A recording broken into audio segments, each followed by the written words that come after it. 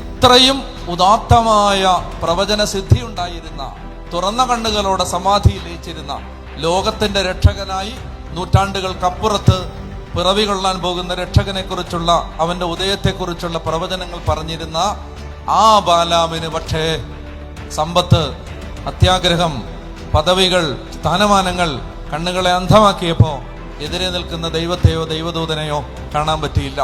നമ്മളെപ്പോഴും എളിമയോടെ കർത്താവിന്റെ മുമ്പിൽ പറയണം, കർത്താവേ, ഒരു കാരണവശാലും ഒന്നും ഞങ്ങളുടെ കണ്ണുകളെ അന്ധമാക്കാൻ അങ്ങ് അനുവദിക്കരുത്. ഞങ്ങളുടെ കാഴ്ച അന്ധമായി പോകരുത്, ഞങ്ങളുടെ കണ്ണ് അടഞ്ഞു പോകരുത്.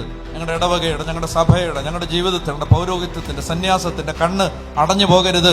ഞങ്ങൾക്ക് കാര്യങ്ങളെ അതിന്റെ നിജസ്ഥിതിയിൽ കാണാനുള്ള കൃപ തരണം. അതായത് നമുക്ക് യാഥാർത്ഥ്യങ്ങളെ അതുപോലെ കാണാൻ പറ്റിയില്ലെങ്കിൽ പിന്നീട് നമ്മൾ എല്ലാം വൈകിപ്പോയി കഴിഞ്ഞത് കണ്ടിട്ട് കാര്യമില്ല.